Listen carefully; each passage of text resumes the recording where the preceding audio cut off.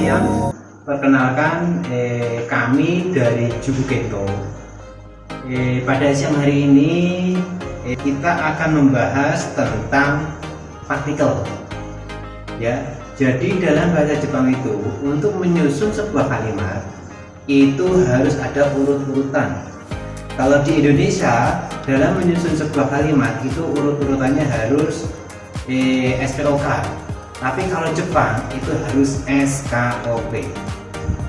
Begitu ya teman-teman ya. Jadi untuk Jepang kita akan membahas tentang partikel, urut-urutannya yaitu adalah SKOP. Yang pertama yang perlu kita tulis adalah tentang Hinichi Atetsuke, yaitu hari ini itu Nisen Niju Yoneng Gu Gatsu Jusan Nichi Getsuyobi.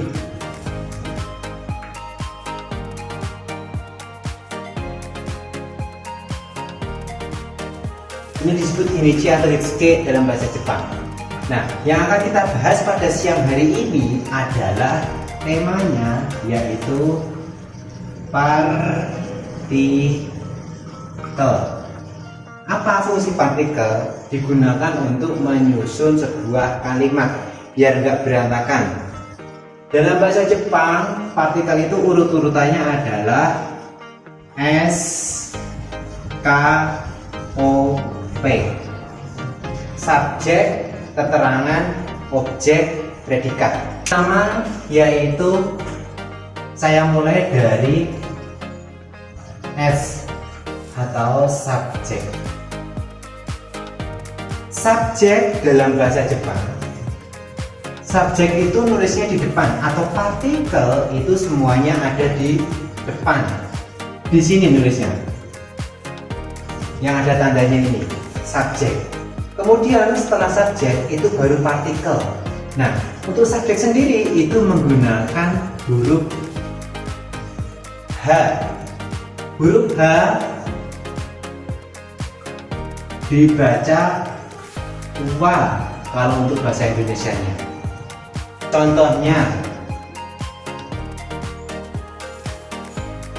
saya, bahasa Jepangnya adalah watashi.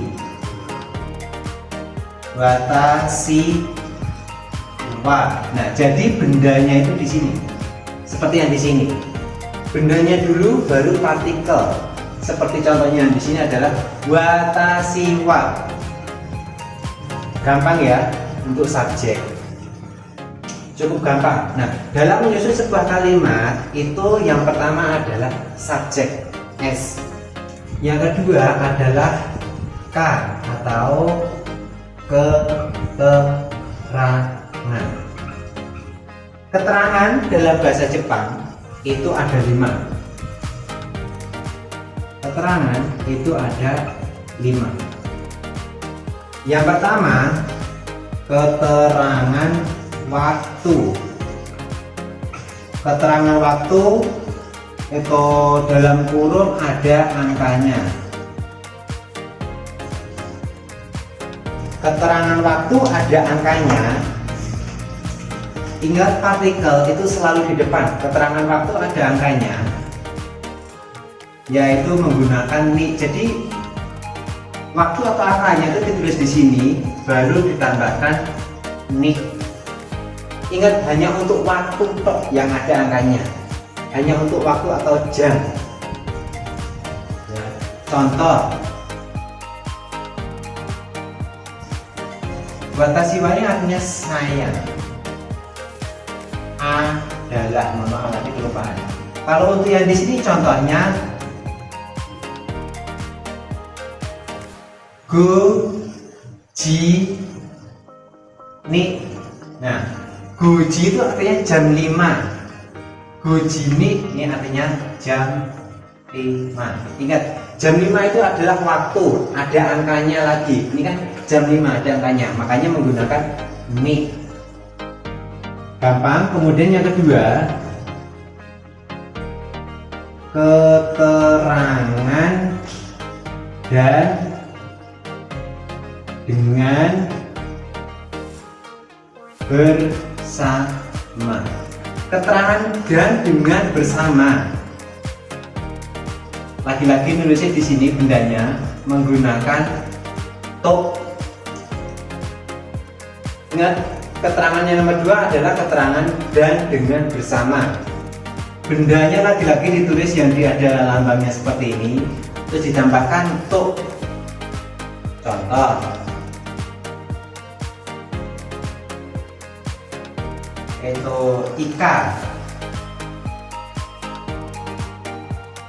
Ika sang to. Lagi-lagi bendanya Ika sang to, artinya bersama Ika. Bersama Ika.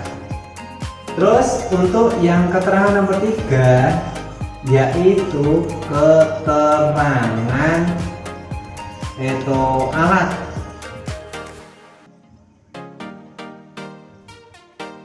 Atau menggunakan. Keterangan alat atau keterangan menggunakan. Lagi-lagi alatnya ditulis di sini ditambahkan D. Contoh,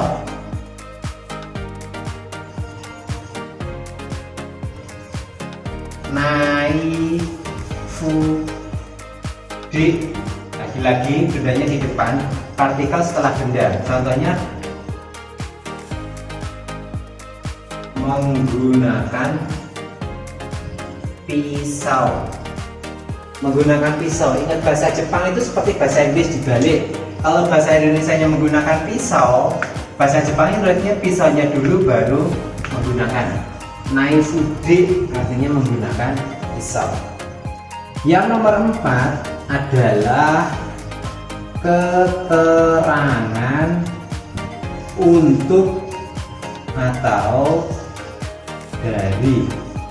Keterangan untuk atau dari, lagi-lagi bendanya ditulis di sini menggunakan nik. Ya, kalau bahasa Indonesia untuk atau dari jelas. Untuk contohnya misalnya untuk si A, dari si A, itu jelas. Nah, sedangkan kalau untuk bahasa Jepang, untuk dan dari ini sama-sama menggunakan nik. Nah, nanti bisa membedakan itu dikatakan untuk atau dari, itu dari predikat. Predikat itu nanti, ya, dari siapa atau untuk siapa, itu nanti setelah masuk ke predikat atau setelah masuk ke materi pembelajaran. Yang penting paham dulu untuk atau dari ini menggunakan nik. Kemudian yang nomor 5, yaitu keterangan lokasi atau tempat. Keterangan lokasi atau tempat itu ada 3. Ya, yang pertama A. Lokasi naruhnya di sini yang saya tandai. Lokasi menggunakan D. Catatan.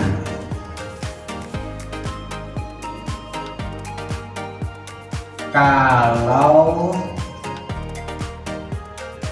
predikatnya bergerak.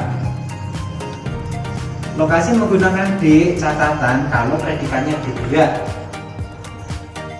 Ya, itu berpasangan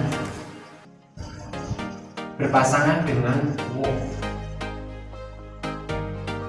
Ingat, D ini selalu berpasangan dengan wo, pasti. Kemudian yang kedua, lokasi menggunakan nik. Untuk catatan, kalau predikatnya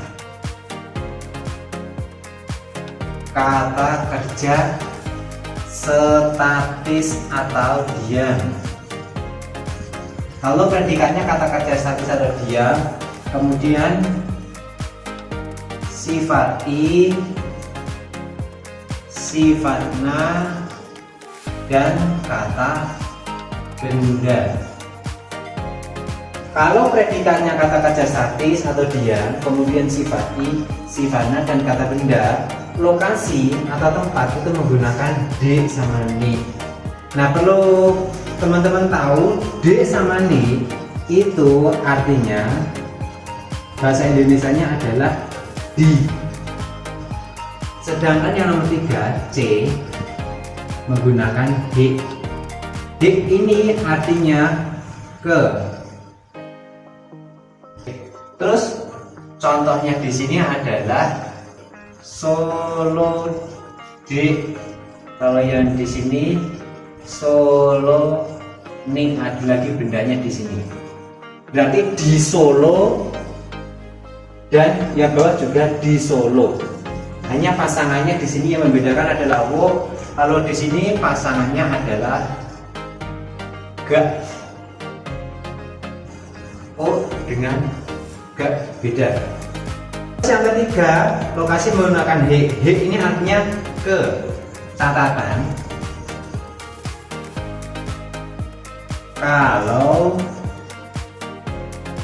predikannya kata kerja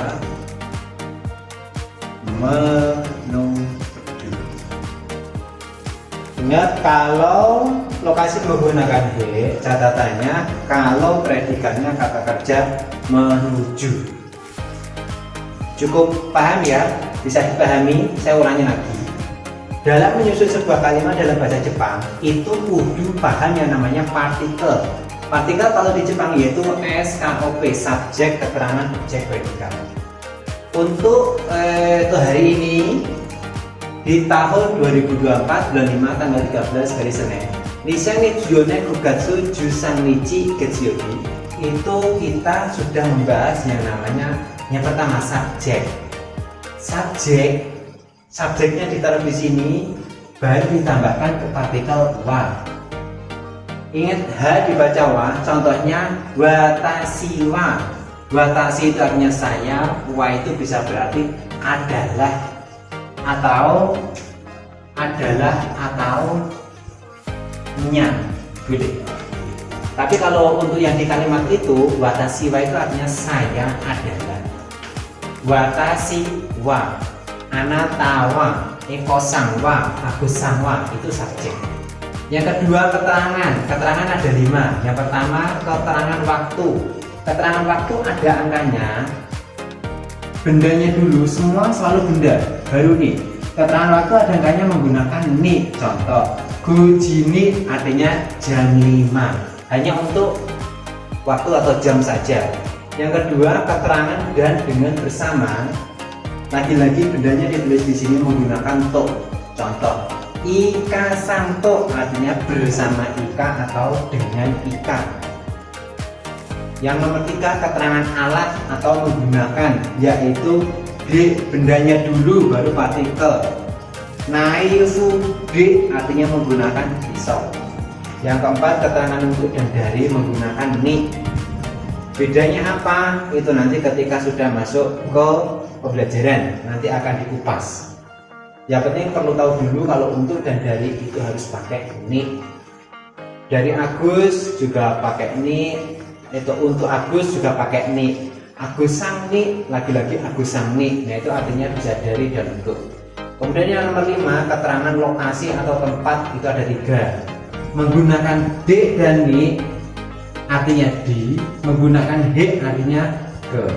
Bedanya apa d dan ni? Menggunakan d, bedanya kalau predikatnya bergerak, pasangannya wo. Contohnya Solo d artinya di Solo. Menggunakan ni catatannya kalau predikatnya kata kerja statis atau diam, sifat i, sifatnya dan kata benda. Menggunakan pasangannya ga, contohnya Solo ni sama, lagi-lagi di Solo. D pasangannya wo, kalau ni pasangannya ga. Wo sama ga. Kenapa kok bisa menggunakan itu? Itu nanti akan kita bahas di pembelajaran berikutnya. Kemudian yang ketiga, lokasi menggunakan he. He ini artinya ke. Kenapa bisa menggunakan he? Catatannya kalau predikatnya kata kerja menuju. Kata kerja menuju itu akan kita bahas di pembelajaran berikutnya.